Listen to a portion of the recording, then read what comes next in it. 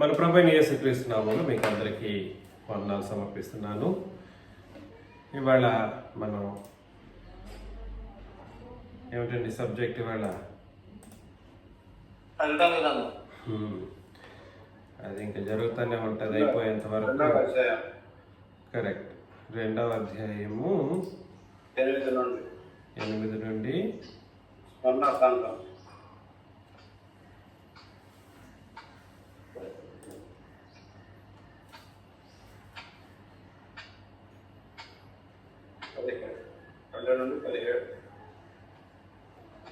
So 2వ అధ్యాయం 8 నుండి 11 వచనాలు ఇవాళ మనం పరిశీలన చేయబోతాం.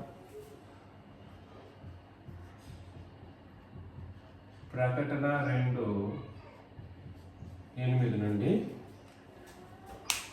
11. సో ఈ సంఘమే ఏ సంఘం అండి?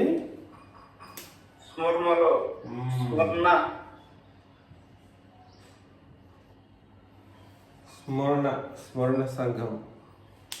స్మరణలో ఉన్న సంఘపు దూత ఎవరండి? స్మరణ అనేది ఇందులో ఉన్న సంఘం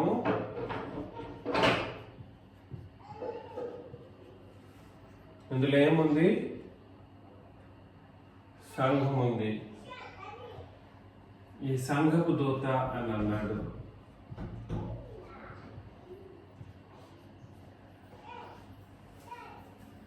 సంఘపు దూత. సంఘపు దూత ఎవరండి? ఏందండి యోహాన్ అంటున్నారు 3-4 వారాలుగా వినుకుంటూ? ఈ సంఘానికి దూత ఎవరు?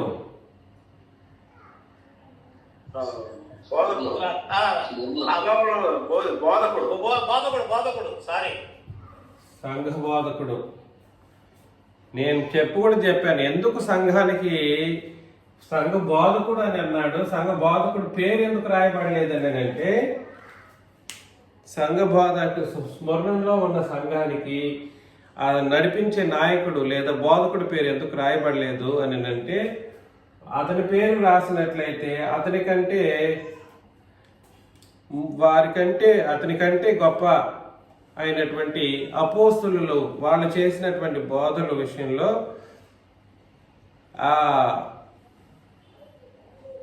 ప్రాబ్లం అంటే బోధ విషయంలో ఏకత్వం అనేది కుదరదనేటువంటి ఉద్దేశంతో ఈ పేర్లు రాయబడకపోవడం అనేది జరిగింది. కాబట్టి ఇక్కడ సంఘపు దూత ఎవరంటే సంఘ బోధకుడు. ఇలాగు రాయను, మొదటి వాడును కడపటి వాడునై ఉండి మృతుడై మరలా బ్రతికిన వాడు చెప్పు సంగతులు ఏవనగా అని అన్నాడు. కాబట్టి మృత్యుడై మొదటివాడు కడపటివాడు. నేను ప్రస్తుతానికి మొదటివాడు కడపటివాడు అనే ఒక విషయాన్ని ప్రత్యేకించి మాట్లాడట్లేదు.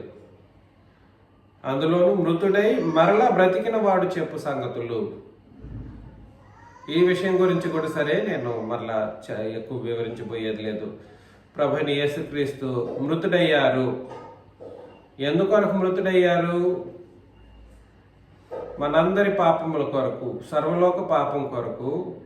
అదేవిధంగా ఆ పాపులందరినీ రక్షించి తన రక్తం చేత కడిగి వాళ్ళందరినీ ఒకటి చేసి సంఘంగా ఉంచడం కొరకు మృతుడయ్యారు. మరలా మృతుడయ్యి ఆయన అలాగే ఉన్నారని అంటే అలాగే ఉండలేదు. మరలా బ్రతికిన వాడు చెప్పు సంగతులు. ఇక్కడ మీరు అర్థం చేసుకోవాల్సిన ముఖ్యమైన విషయం ఒకటి మాత్రం మనం ఎప్పుడు మర్చిపోకూడదు. సంఘము యొక్క విశ్వాస క్రమం క్రీస్తు యొక్క మరణ పునరుత్థానాల మీదనే ఆధారపడాలి. ఏం చెప్పాను? సంఘం యొక్క విశ్వాసము క్రీస్తు యొక్క మరణ పునరుత్థానం, మరలా బ్రతికిన వాడు, దీని మీదనే ఆధారపడాల. మరలా పుట్టుకకు కానీ యేసు ప్రభు పుట్టారుగా శరీరధారిగా, ఆ పుట్టుకలో శరీరధారణగా ఆయన బ్రతికినప్పుడు కూడా సరే, ఆయన బ్రతుకుకు సంబంధించి కానీ పుట్టుక బ్రతుకు అది వేరు. పుట్టుక బ్రతుకు వేరు. ఆ పుట్టుక బ్రతుకు రెండూ కూడా సరే ధర్మశాస్త్ర సంబంధమైన కార్యక్రమం, ధర్మశాస్త్ర సంబంధమైనటువంటి జీవన విధానాన్ని యేసు ప్రభు కలిగి ఉన్నారు. పాత నిబంధనది. యేసు ప్రభు ప్రత్యక్షంగా ఉపదేశం చేసినటువంటి ఇశ్రాయేలీల కొరకైన ఉపదేశం అంతా కూడా సరే ధర్మశాస్త్ర బోధ, ఆయన చేసిన బోధ, ఆయన రాకడ మొత్తం కూడా సరే ఇశ్రాయేలీల కొరకే అని అన్నాడు. తాను ఏర్పాటు చేసుకున్న 12 మంది అపోస్తలులు బ్రతికున్నంత కాలం కూడా సరే, యేసు ప్రభు బ్రతికున్నంత కాలం కూడా సరే, ఆ 12 మంది అపోస్తలులు కేవలం పాత నిబంధన ప్రజల కొరకు అనే విషయాన్ని కూడా పాత నిబంధనలో మనం చదువుతాం మత్తయి సువార్తలో.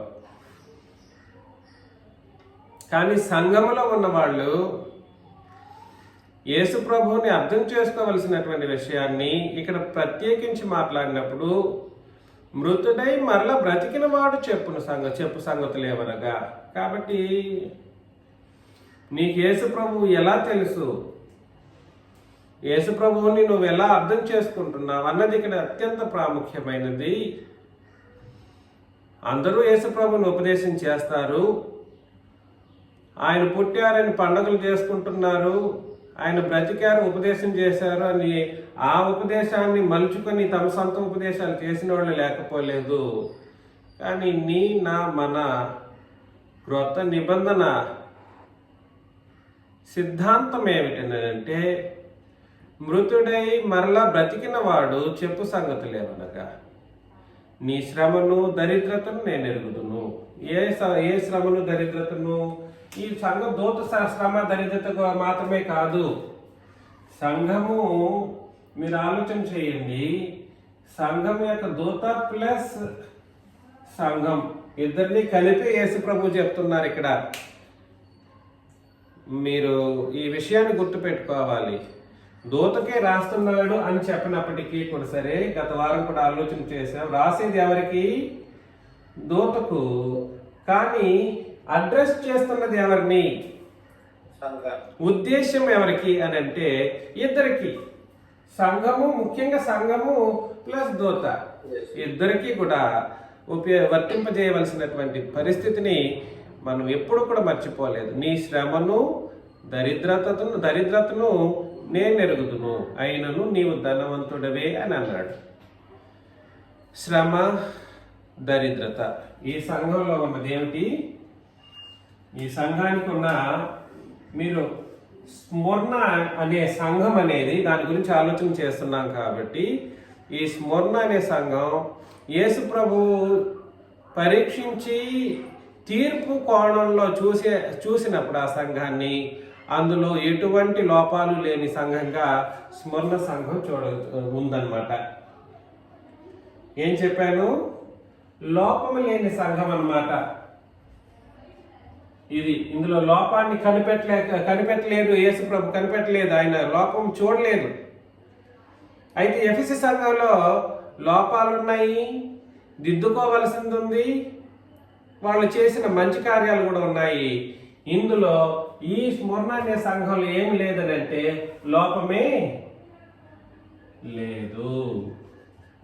దీనికి కారణం ఏమిటంటే, ఈ సంఘంలో ప్రథమంగా ఈ సంఘము ప్రాక్టీస్ చేసింది ఏమిటనంటే చెప్పాడు, శ్రమ. ఈ సంఘంలో ఏముంది?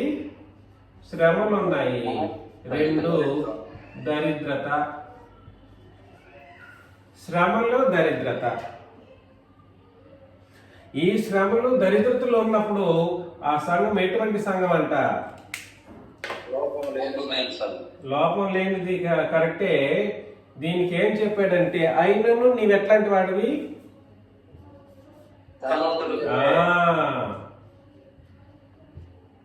ధనవంతుడవే అని అన్నాడు. కాబట్టి శ్రమలు, దరిద్రత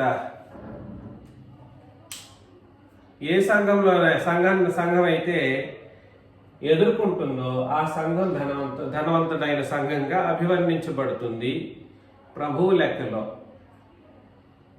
అదేమిటి దరిద్రత ఉన్న వాళ్ళని ధనవంతుడు అంటున్నావు అని మీరు అడగొచ్చు, మీరు చెప్పొచ్చు. వాస్తవం. మీరు లౌకికంగా భౌతికంగా ఆలోచన చేసేవాళ్ళైతే ఆత్మానుసారంగా ఆలోచన చేయకపోతే ఆ ప్రశ్న వస్తుంది. ఏం ప్రశ్న? ఏంటి ఈ సంఘంలో శ్రమలు ఉన్నాయన్నారు, దరిద్రత ఉందని అన్నారు, మరి ధనవంతుడండి ప్రభు ఎలా చెప్పగలుగుతున్నారు అనే ప్రశ్న భౌతికంగా మీరు అడగొచ్చు. కానీ భౌతికమైనటువంటి అర్థ వ్యవహారంతో ఇక్కడ మనం లేఖనాన్ని చదవడానికి అవకాశం లేదు.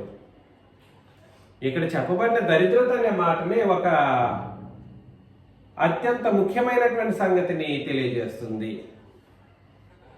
2వ కొరింథీయులకు రాసిన పత్రికలో 8వ అధ్యాయం 9వ వచనాన్ని మనం చదివినప్పుడు 2వ కొరింథీ 8:9 మనం చదివితే, మీరు మన ప్రభువైన యేసుక్రీస్తు కృపను ఎరుగుదురు కదా. మీరు మన ప్రభువైన యేసుక్రీస్తు యొక్క కృపను ఎరుగుదురు కదా. ఆయన ధనవంతుడై ఉండి మీరు తన దారిద్ర్యము వలన ధనవంతులు కావాలనని మీ నిమిత్తము దరిద్రుడాయను. క్రీస్తు యొక్క దారిద్ర్యత ఏమిటి? క్రీస్తు యొక్క దారిద్ర్యత ఏమిటంటే శిలువ మరణం. క్రీస్తు యొక్క దారిద్ర్యత ఏమిటంటే శిలువ మరణం. సంఘము ఈయన దారిద్ర్యతను బట్టి సంఘం ధనవంతునిగా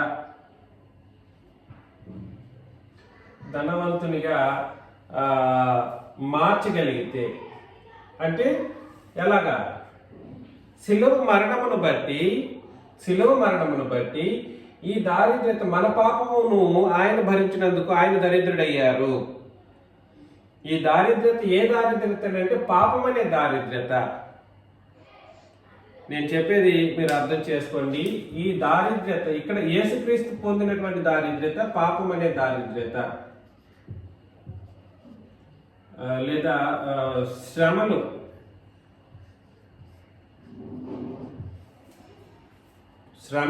క్రీస్తు యొక్క దారిద్ర్యత ఏమిటంటే మన పాపముల కొరకు శ్రమలను ఆయన భరించారు. యేసు ప్రభు శ్రమను భరించడం ద్వారా దరిద్రుడయ్యారు. ఎక్కడయ్యారు? సిలువలో అయ్యారు. కాబట్టి ఆయన దారిద్ర్యత వలన మనం ఏమయ్యామనంటే, అంటే సంఘం ఏమైంది అనంటే ధనవంతులయ్యారు. సంఘంలో ఉన్న వాళ్ళు ధనవంతులు అవుతారు. అందుకని ఈ శ్రమలు దరిద్రత అనే మాట, ఇక్కడ చెప్పబడినటువంటి శ్రమలు దరిద్రత రెండు దాదాపు సమానమైనటువంటి అర్థాన్ని ఇచ్చేవే. ఇక్కడ శ్రమలు దరిద్రత అనేటువంటి మాటలు దాదాపు సమానమైనటువంటి అర్థాన్ని ఇచ్చేటువంటి మాటలే. ఈ శ్రమలు లేకపోతే దరిద్రత రాదు మానవులకి. శ్రమలు లేకపోతే దారిద్రత రాదు. ఇవి రెండూ కలవకపోతే ఆత్మానుసారంగా ఒక మనిషి ధనవంతుడు కాలేడు. శ్రమ దరిద్రత లేకపోతే ఒక మనిషి క్రొత్త నిబంధన ప్రకారం ధనవంతుడు కాలేడు. మీరు ఆలోచన చేయండి. నీ శ్రమను దరిద్రతను నేను ఎరుగుదును, అయినను నీవు ధనవంతుడివే. మనం చాలా సందర్భాల్లో శ్రమలు దరిద్రత అంటే భౌతికంగా ఆర్థికపరమైన ఇబ్బందులు ఎదుర్కొంటున్నప్పుడు కూడా మనం ఏం చేస్తామంటే, ఈ ఆర్థికపరమైన స్థితి నుండి నన్ను కాపాడు తండ్రి అని మొరపెడుతూ ఉంటాం. ఆ శ్రమలు సహించే బుద్ధిని అడగం కానీ శ్రమలనే తొలగించేటట్లుగా ప్రార్థనలు చేస్తూ ఉంటాం, యాచనలు జరిగిస్తూ ఉంటాం. అవసరమైతే ఉపవాసం చేస్తూ ఉంటాం.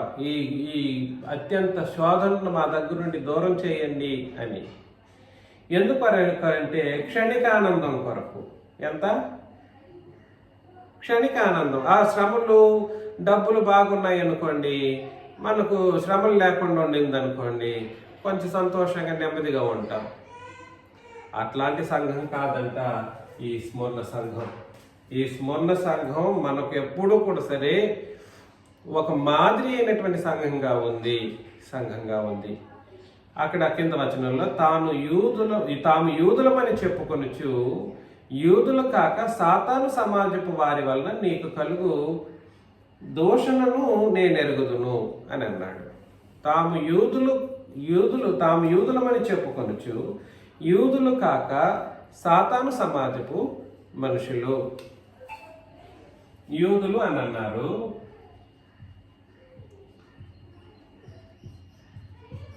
యూదులు కారంట, కానీ వాళ్ళు ఏమని చెప్పుకుంటారు? యూదులని చెప్పుకుంటారు.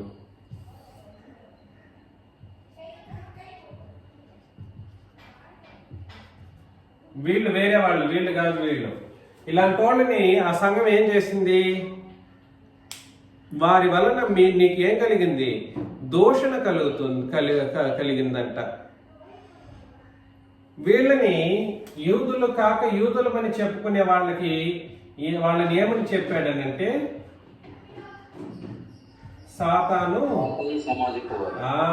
సాతాను సమాజం వారు. దీన్ని ఇంగ్లీష్లో ఏమన్నాడనంటే, సమాజం అంటే ఏమిటి?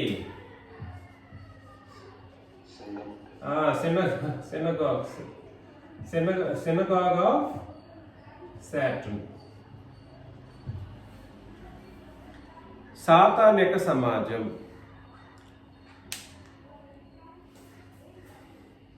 synagogue of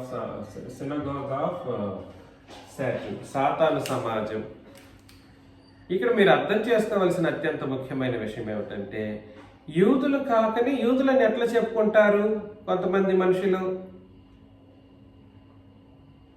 యూదులు కాక యూదులని చెప్పుకునేవాళ్ళు అంటే అర్థమేమిటి? ఒకసారి రోమిల్కి రాసిన పత్రిక 2వ అధ్యాయం 28-29 వచనాలను పరిశీలన చేసినప్పుడు బాహ్యమునకు యూదుడైన వాడు యూదుడు కాడు. ఎలాగా? బాహ్యమునకు యూదుడైన వాడు యూదుడు కాడు. బాహ్యమునకంటే సున్నతి గురించి మాట్లాడుతున్నాడు. బాహ్యం అంటే ఏమిటి? చేతితో చేయబడిన సున్నతి. వాడు కాదంటే యూదుడు. శరీరమందు బాహ్యమైన సున్నతి కాదంట. శరీరమందు బాహ్యమైన సున్నతి కాదు. ఇది ఎప్పుడు చెప్తున్నాడు? క్రొత్త నిబంధనలో చెప్తున్నాడు, పాత నిబంధనలో చెప్పలేదు.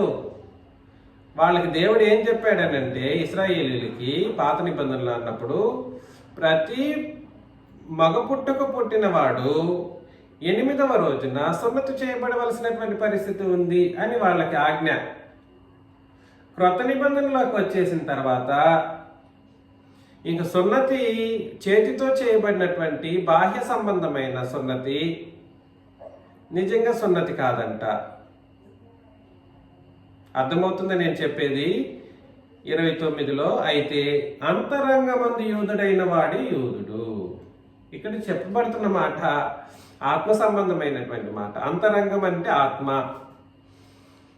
మరియు సున్నతి హృదయ సంబంధమైనది, ఆత్మయందు జరుగునదే గాని అక్షరము వలన కలుగునది కాదు. అక్షరం అని అంటే అర్థం ఏమిటి అక్కడ?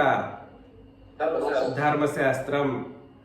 కాకపోతే అది ఎక్కడ జరగాలి? ఈ సున్నతి ఆత్మ సంబంధమైన సున్నతి, హృదయ సంబంధమైన సున్నతి అని అంటే ఆత్మయందు జరగాలి. ఈ ఆత్మ ఎవరు?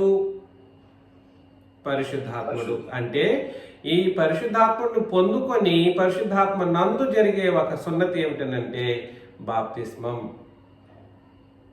నేను చెప్పింది మీకు అర్థమవుతుందా? హృదయ సంబంధమైన సున్నతి ఆత్మయందు జరిగితే దాన్ని ఏమంటారంటే బాప్తిస్మము అని అంటారు. దాన్నే క్రొత్త నిబంధన బాప్తిస్మము అని అంటారు. దానికి ఈ అక్షరాలకు సంబంధం లేదు, ధర్మశాస్త్రానికి సంబంధమే లేదంట, లేదా పాత నిబంధనకు సంబంధం లేదు. మిమ్మల్ని ప్రేమతో నేను మనవి చేసే విషయం ఏమిటంటే, యూదులు కాక తాము యూదులమని చెప్పుకుంటారు అంటే అర్థమేమిటి అని అంటే, దీన్ని బట్టి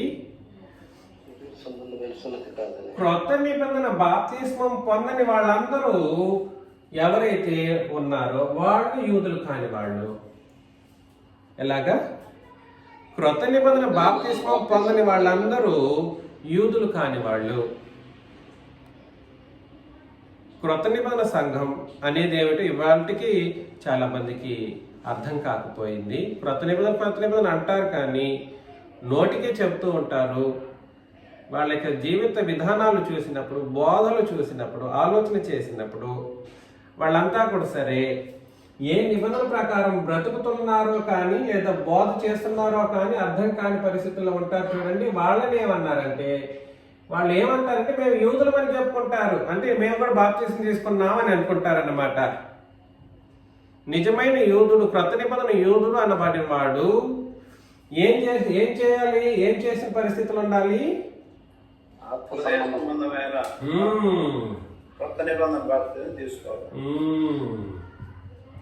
హృదయ సంబంధమైన సున్నతిని ఎక్కడ తీసుకోవాలి?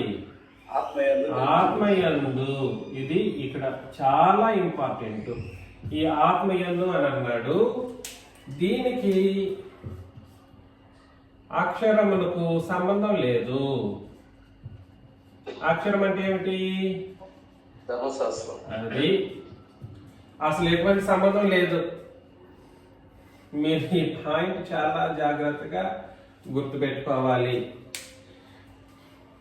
మా దగ్గర చాలా మంది వస్తుంటారు, మేము కూడా యేసుప్రభు సిలువని అంగీకరించాం అంటా ఉంటారు, మేము యేసుప్రభుని నమ్ముకున్నామని అంటారు.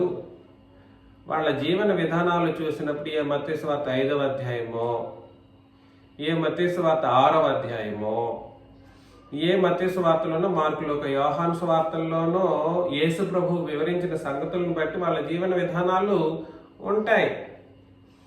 మరి వాళ్ళు హృదయ సంబంధమైనటువంటి సున్నతిని పొందిన వాళ్ళుగా ఎంచబడతారా? కాదు. కాబట్టి యూదులు కాక వాళ్ళు ఏమని చెప్పుకుంటారంటే మేము కూడా యేసు ప్రభువుని నమ్ముకుంటాం అంటారు. వాళ్ళు ఎవరు అంటే అల్టిమేట్ వాళ్ళని ఏమని చెప్పడం జరిగిందండి? సాతాను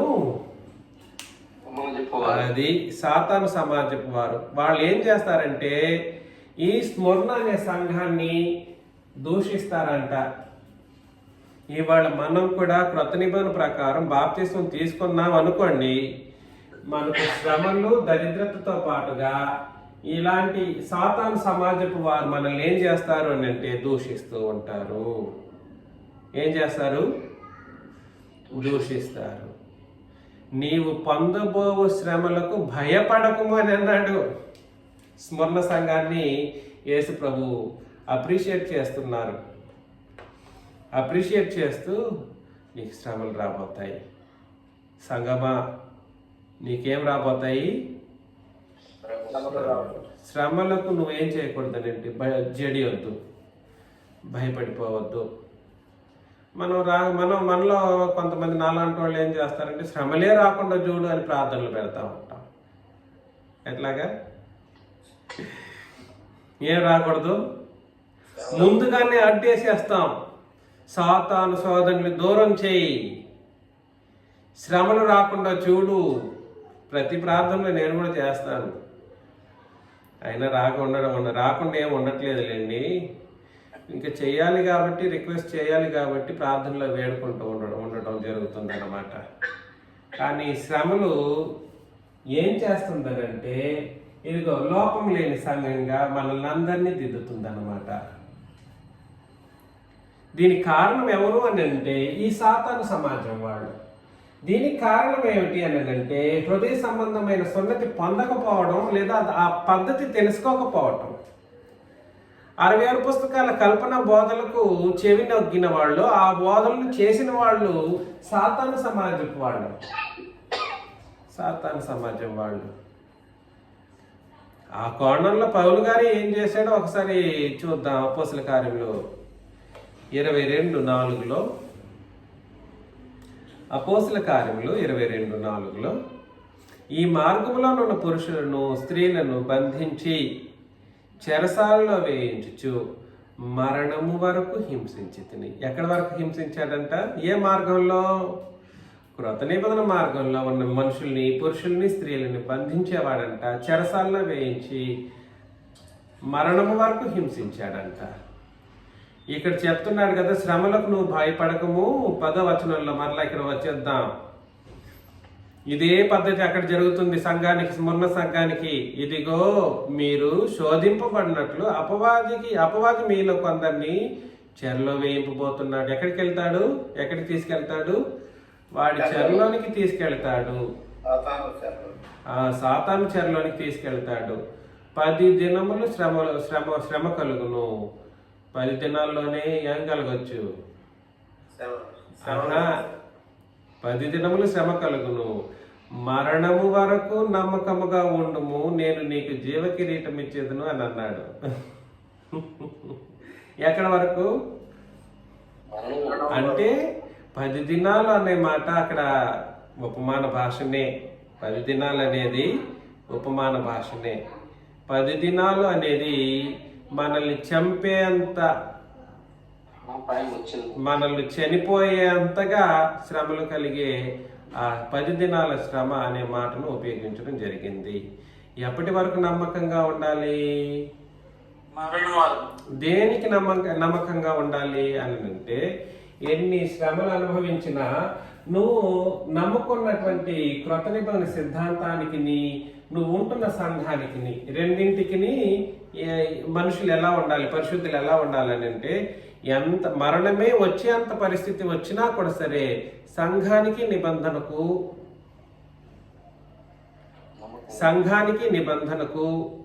నమ్మకంగా ఉండాలి అని అన్నాడు. తిమోతికి కూడా చెబుతూ, నేను చెప్పట్లేదు ప్రత్యేకించి వచనాన్ని, తిమోతికి కూడా పౌలు గారు చెబుతూ, సమయమందు అసమయమందు నువ్వు పనిచేయి, సమయమందు నువ్వు అసమయమందు పనిచేయి. నువ్వు ఆ పని చేసేటప్పుడు నువ్వు ఎలా ఉండాలి అని అంటే, ఎలా ఉండాలి అని అన్నాడు? సామర్థ్యమును నమ్మకత్వాన్ని నీ బోధకు కలిగి ఉండు అని అన్నాడు అన్నమాట. బోధకు, ముఖ్యంగా ఉపదేశకుడు బోధ విషయంలో నమ్మకత్వాన్ని కలిగి ఉండాల్సినటువంటి పరిస్థితి ఉంది. బోధ విషయంలో ఉపదేశకుడు మారకూడదు. నేను చెప్పేది మీకు అర్థమవుతుందండి. బోధకులు అనబడిన రేపొద్దున తమ్ముళ్ళ ఎవరో మీరు ప్రీచర్ అవ్వాలనుకున్న వాళ్ళు కూడా సరే, బోధకు నమ్మకత్వం, సంఘానికి నమ్మకత్వం అనేది కలిగి ఉండాల. ఎప్పుడు నమ్మకత్వం అనేది ఎప్పుడు బయలుపడలోకి వస్తుందని అంటే, నువ్వు నమ్మకస్తుడా కాదా అనేది నువ్వు పొందుతున్న శ్రమలను బట్టి నీ నమ్మకత్వం బయటపడుతుంది. శ్రమలు వచ్చాయి అనుకోండి, ఏదో ఇష్టరాజ్య బోధలు చేసేస్తే అపవాది తీసేస్తాడు శ్రమలు. వాడేం చేయడానికి ప్రయత్నం చేస్తాడు? మనల్ని సంఘానికి, నిబంధనకును, తండ్రిని దేవునికి, ప్రభువుకుని, పరిశుద్ధాత్మకుని వ్యతిరేకంగా మనం పాపం చేసేటట్లుగా వాడు మనల్ని శ్రమలోను, శోధనలు అనుభవించడం ద్వారా శ్రమలోను, దారిద్ర్యతలోను నడిపిస్తాడు. కానీ మనం నమ్మకంగా మరణం వచ్చేంతగా ఏర్పడినా కూడా సరే పరిస్థితులు, మనం ఏం చేయకూడదు? మన నమ్మకత్వాన్ని విడిచిపెట్టడానికి వీల్లేదు. అవును, మనలో అనేకులు ఇబ్బందులు ఎదుర్కొంటున్నారు. అనారోగ్య స్థితిగతులు, ఆర్థికపరమైన ఇబ్బందులు, రోగాలు, కుటుంబంలో అశాంతి, సమాధానం లేని స్థితి, ప్రతినిత్యం బాధాకరమైనటువంటి విషయాలను మనం వింటూనే ఉంటుంటాం.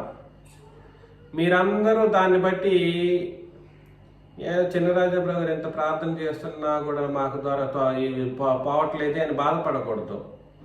ఎంత ప్రార్థనలు చేస్తున్నా, అవును అతను చేసే బోధ అబద్ధం కాబట్టి ఆయన చేసే ప్రార్థనలకు సహాయం దొరకట్లేదని మీరు వెనకాడకూడదు.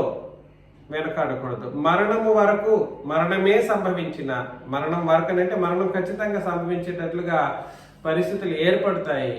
మనకి నమ్మకత్వాన్ని, మన నిబంధన పట్ల, మన సంఘం పట్ల మనం కలిగి ఉండాల.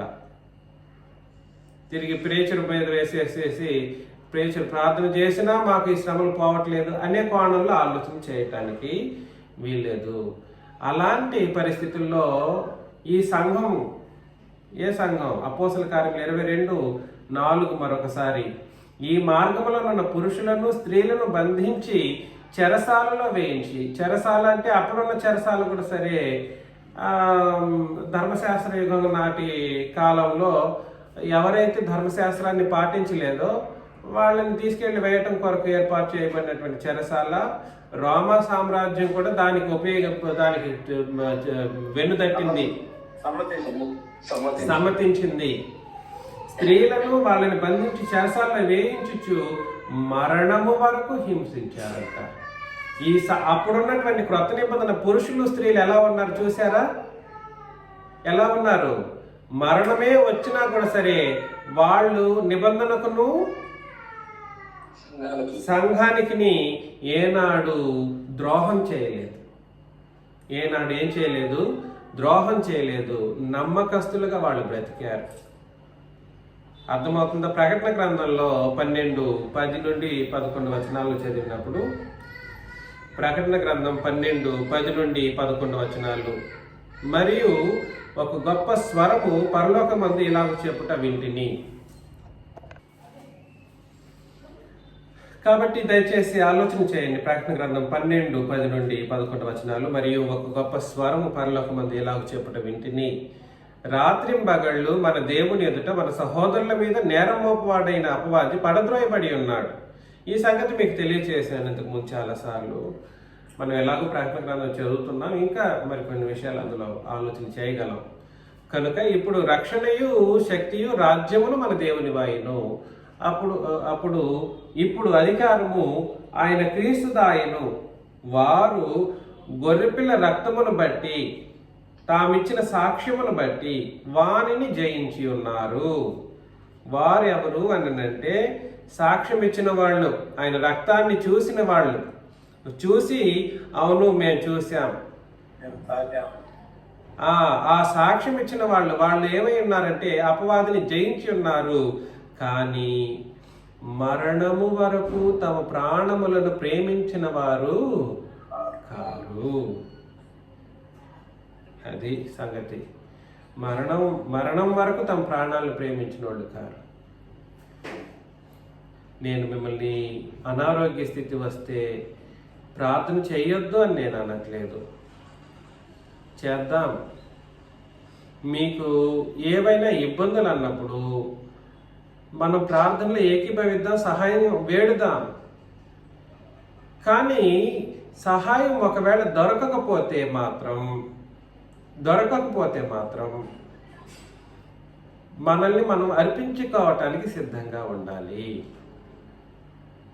ఎలాగా? సహాయం దొరకకపోతే మనల్ని మనం అర్పించుకోవాలి. మీరు ప్రాణం పెడుతున్నారని అంటే ఈ విషయంలో మీకు ఏముందని దాని అర్థం అని అంటే మరలా అక్కడికి వెళ్ళిపోదాం. మరలా తాము యూదులమని చెప్పుకొనుచు యూదులు కాక సాతాను సమాజపు వారి వలన నీకు కలుగు దోషం నేను ఎరుగుదును. నీవు పొందబోవు శ్రమలకు భయపడకము. ఇదిగో మీరు శోధింపబడినట్లు అపవాది మీలో కొందరిని చెరలో వేయబోతున్నాడు. 10 దినములు శ్రమ కలుగును. మరణము వరకు నమ్మకంగా ఉంటేనే జీవ కిరీటం. అయ్యా, జీవ కిరీటం పొందడం అంత సులభమైనది కాదు. ఏసీల్లో కూర్చొని జీవ కిరీటం అంటే కుదిరేది కాదు. ఎలాగా?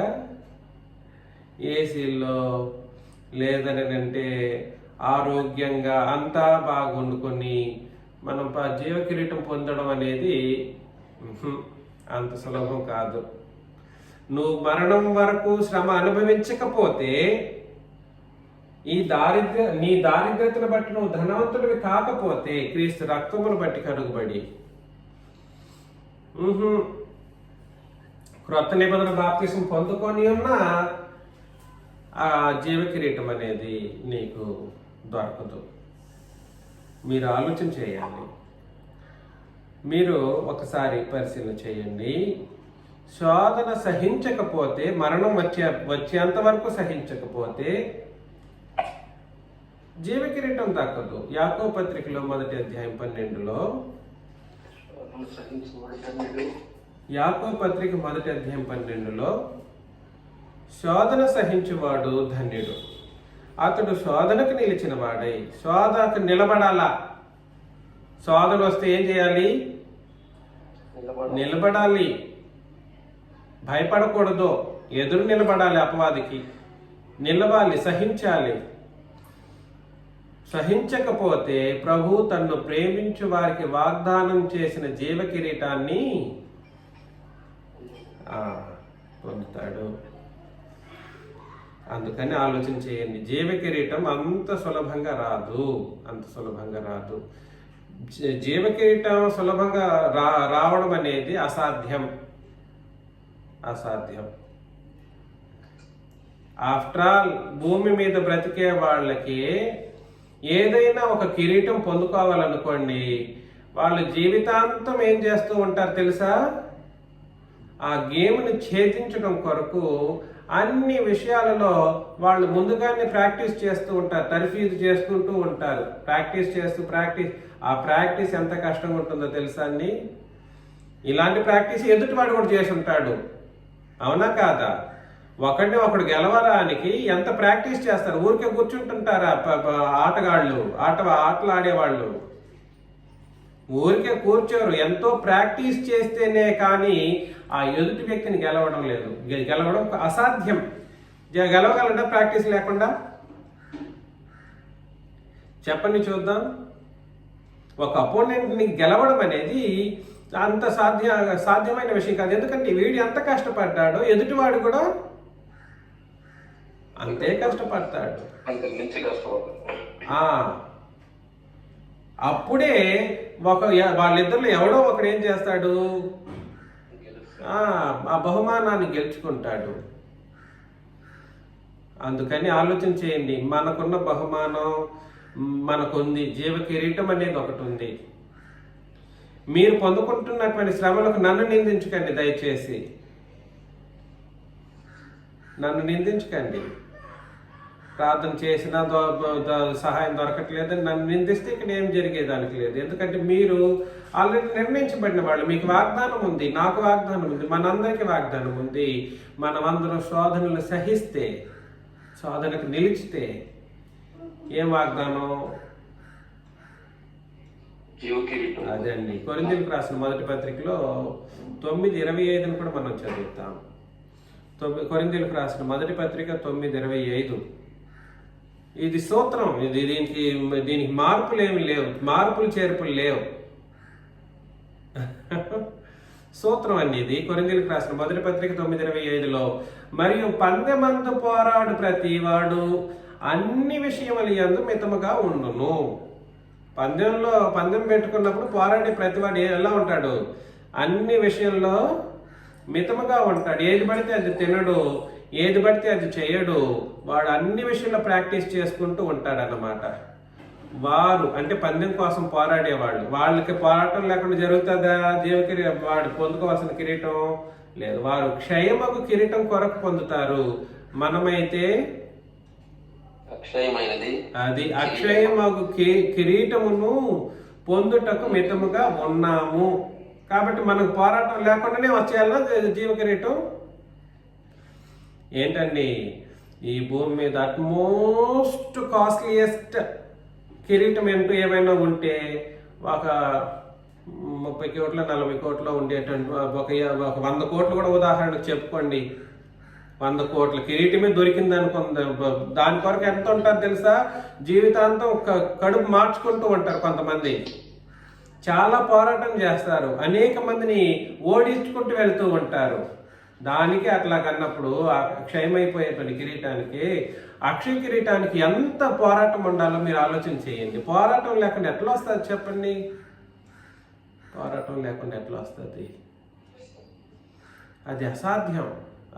పోరాటమే లేకుండా, కష్టమే పడకుండా, శ్రమలే అనుభవించకుండా, శోధనకు నిలబడకుండా ఆ జీవ కిరీటాన్ని ఛేదించడం అనేది అసాధ్యం. ఉంచాడు మీ అందరి కొరకు. మీకు అంటే ఇక్కడ మీరు ఎంతమంది పరిగెత్తితే అంతమందికి ఉంది. నేను చెప్తున్నది మీకు అర్థమవుతుంది. ఇక్కడ ఒకరు ఇంకొకరిని గెలిచే కోణంలో లేదు. మీరు గెలవాల్సిందంతా శ్రమలు, శోధనలు. అంతేకాని నేను ఏ మర్యాదాస్ గారిని గెలవడమో, లేదంటే భరత్ గారిని గెలవడం, నరేంద్రాన్ని గెలవడమా కాదు. మనమందరికీ ఒక్కొక్క జీవ కిరీటాలు ఉంచబడ్డాయి. నువ్వు వెళ్ళిన వెంటనే నీ తల మీద పెడతాడనమాట ఆ జీవ కిరీటం. ఇదిగో నేను వాగ్దానం చేశాను చూడు, నువ్వు శోధనకు నిలిచావు కాబట్టి నీకు వాగ్దానం చేశా. నువ్వు శోధనకు నిలబడలేదంటే నేను నీకు వాగ్దానం లేదు కాబట్టి నువ్వు అటుపో.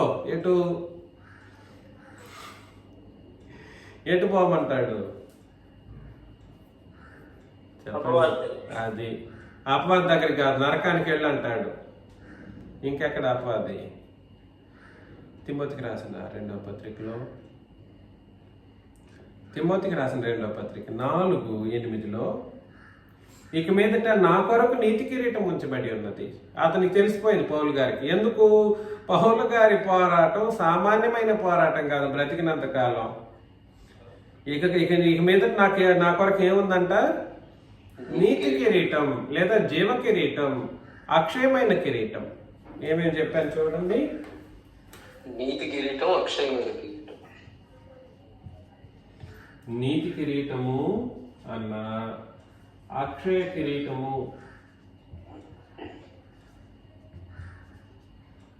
అన్న ఒకటి. అదేమిటంటే జీవ కిరీటం. అయ్యా మా ఇంట్లో మా పిల్లలు ఒప్పుకోవట్లేదు, మా ఆయన ఒప్పుకోవట్లేదు ఈ నిబంధన మార్గాన్ని నడవడం కొరకు.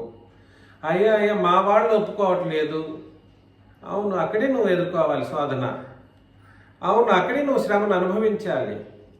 ఒప్పుకోవట్లేదని నువ్వు ఇంట్లోనే గమ్మని కూర్చుంటావా అంటే నువ్వు శోధనకు నిలబడట్లేదు, శ్రమలు అనుభవించటానికి సిద్ధంగా లేవు.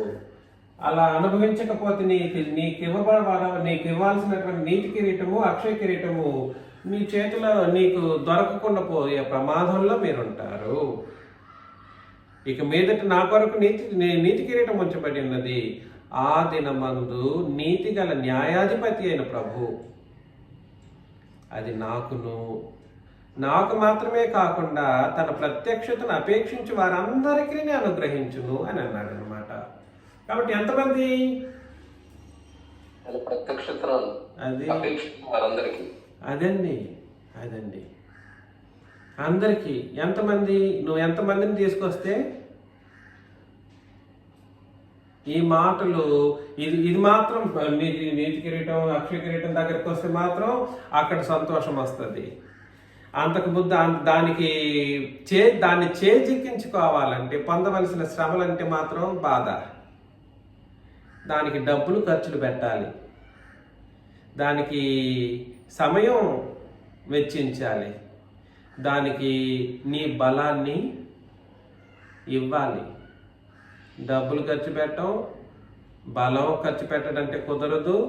సమయం కావాలంటే ఊరికి అట్లా కొద్దిసేపు కూర్చొని వెళ్ళిపోతాం, అంతేనా? ఏ చిన్నరాజు ఉపదేశం చేస్తుంటాడు, కొన్ని మాటలు వినేసి వెళ్ళిపోయి సరిపోతాడు, అంతేనా?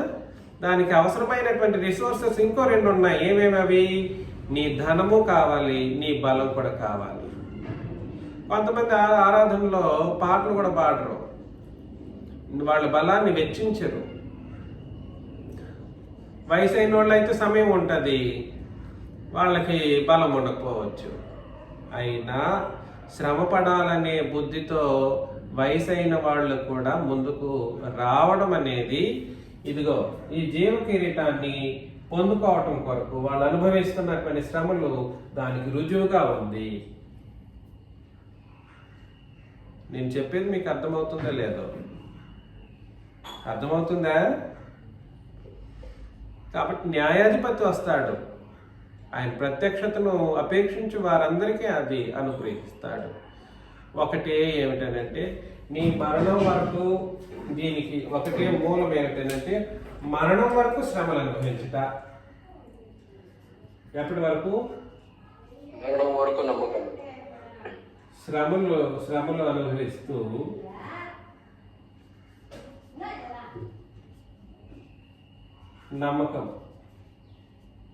నమ్మకంగా ఉండాలి. అప్పుడు నీకేం కలుగుతుంది? జీవ కిరీటం. జీవ కిరీటం ఇస్తాడు, లేదనంటే నీతి కిరీటం ఇస్తాడు, లేదనంటే అక్షయ కిరీటము ఇస్తాడు. 11 సంఘములతో, అందుకే చెప్పాను కదండి, ఇది ఎవరితో చెప్తాను, రాస్తున్నది ఎవరికి అని అంటే సంఘపు దూతకే రాసినప్పటికీ దీన్ని ఈ దూతకి చెప్పమని చెప్తున్నాడు. ఈ దూత ఏం చెప్పాలి? రాసిన దాన్ని తీసుకొని చదివి తమ సంఘంలో ఉన్న వాళ్ళకి చెప్పాలి. అందుకని సంఘములతో ఆత్మ చెప్పుచున్నమాట. ఎందుకు ఆత్మ అని అన్నాడు? మాట్లాడుతున్నాను. చెప్తున్న ఆయన మొదట ఆయన ఏమన్నాడు? 8లో ఏమని చదివాము?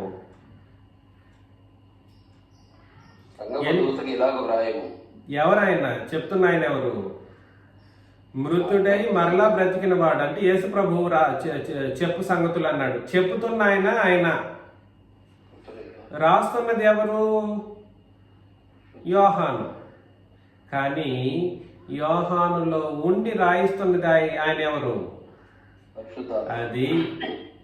అది యోహానులో ఉండి రాయించుచున్నది ఎవరు? చెబుతున్నదేమో యేసు ప్రభు. యోహాను చేతులే వాడుకోబడుతున్నాయి, యోహాను చేతులు మాత్రమే వాడుకోబడుతున్నాయి. కానీ లోపల ఉన్న ఆయన ఎవరు? పరిశుద్ధాత్ముడు. అందుకని ఆత్మ చెప్పుచున్న మాట చెవిగలవాడు వినును కాక. ఎంతమంది ప్రమేయం ఉందో ఆలోచన చేయండి కొత్త నిబంధన చట్టంలో. కాబట్టి సంఘములతో ఆత్మ చెప్పుచున్నాడు. ఎవరి ద్వారా చెప్తున్నాడు అంటే ఈ దూత ద్వారా చెబుతున్నాడు. ఇప్పటికి కూడా సరే, చెవి కలిగినోడు వింటే మీకు మంచిది. చెవి లేనివాడు ఏం చేస్తాడు? ఎవరికి శ్రమలు? ఈ భూమి మీద బ్రతికే శ్రమలు అంట, శ్రమలు. డబ్బులు ఇవ్వాలంట. ఎట్లా? డబ్బులు ఇవ్వాలంట. అవునులే ఇచ్చేస్తాం, తీసుకొని నువ్వు బాగుండు అనటానికి ఆయన ఆలోచనలు చేసేవాళ్ళు లేకపోలేదు. చెవి కలిగిన వాడైతే అర్థం చేసుకుంటాడు. నేను వచ్చి ఎండలో నా బలాన్ని ఒక్కపోతలో నేను ఈ దేవుని పని చేయాలి. అవునా? నాకు అట్లాంటి పనులు నాకు అవసరం లేదయ్యా. ఎలాంటి పని? ఎండలో వెళ్ళడం కానీ, చలికి వణికిపోయే పని, చలిలో ప్రవేశించడం కానీ, లేదనంటే అవమానపరిచేటట్లుగా తమ బలాలను వ్యర్థం బలాలను ముందు పెట్టి దేవుని కొరకు కార్యక్రమం చేసేటువంటి పరిస్థితి. అది మహోన్నతమైనదిగా గుర్తించలేనివాడు చెవి కలిగినోడు కాడు. ఇది మహాయజ్ఞం. క్రొత్త నిబంధన సంగతులను చేయడం అనేది చాలా చాలా చాలా మహాయజ్ఞం. ఇది సామాన్యంగా ముందుకు తీసుకెళ్లడం అనేది కుదిరేది కాదు. సామాన్యంగా ముందుకు తీసుకెళ్లడం కుదిరేది కాదు. అయినా తీసుకెళ్లడం జరుగుతూ ఉంది. మీరందరూ నా వెనకాలండి నడిపిస్తున్నారు. మీ ముఖాంతరంగా నేను ఈ విషయాలను జరిగిస్తూ ఉన్నాను. మీరు లేకపోతే నాకు ఏమీ లేదు, నేనేమి లేను. నేను లేకపోతే మీకు కష్టం.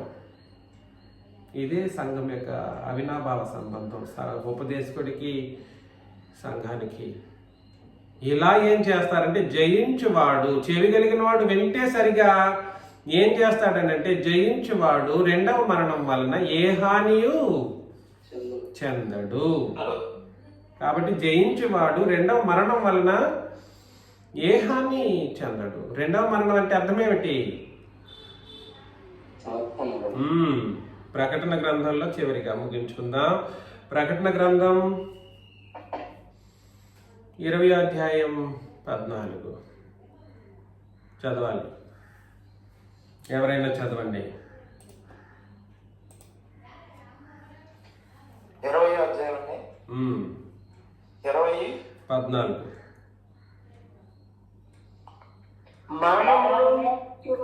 లోకమును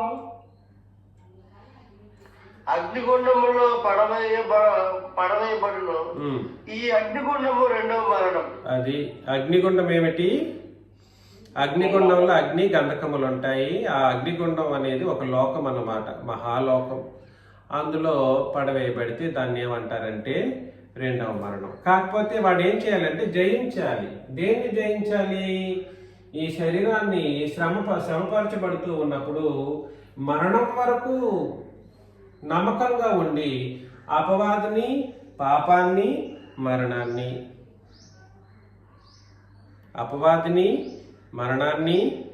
పాపాన్ని జయించినప్పుడు వాడికి రెండవ మరణంలో ఆ సోదరునికి అనగా అగ్నిగుండములో పాలు ఉండదు. జీవకిరీటం ఉంటుంది.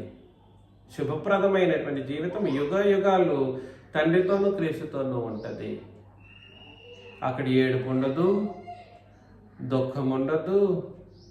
ఇప్పుడు ఏడుస్తూ ఉంటే కూడా ఆ రోజు నీ తండ్రి నిన్ను హత్తుకొని నీ కన్నీటిని అప్పుడు తుడుస్తాడంట. అప్పటి వరకు ఉండదు కన్నీరు. అవును, ఉంటుంది. ఆత్మ సంబంధంగా అప్పటి వరకు ఉంటూనే ఉంటుంది. అప్పుడు ఆయన నిన్ను హక్కును చేర్చుకుని ఏడ్చావా, బోర్న బాధపడ్డావా, ఏం పర్లేదు, ఇదిగో నేను తుడిచేస్తున్నా చూడు, నీకు ఇక మీదట ఏ బాధ ఉండబోయేది లేదు నాయన అని హత్తుకొని నిన్ను ప్రేమతో యుగయుగాలు సంతోషాన్ని ఇవ్వబోయేటువంటి క్షణం. ఆ క్షణాన్ని ఊహించుకొని మనం బ్రతుకుతూ మన నిబంధనకును మన సంఘానికి నమ్మకంగా మనం బ్రతకాలని నన్ను నేను హెచ్చరించుకుంటూ మిమ్మల్ని హెచ్చరిస్తూ ముగిస్తున్నాను. మీకు అందరికీ క్రీస్తు నామములో వందనాలు.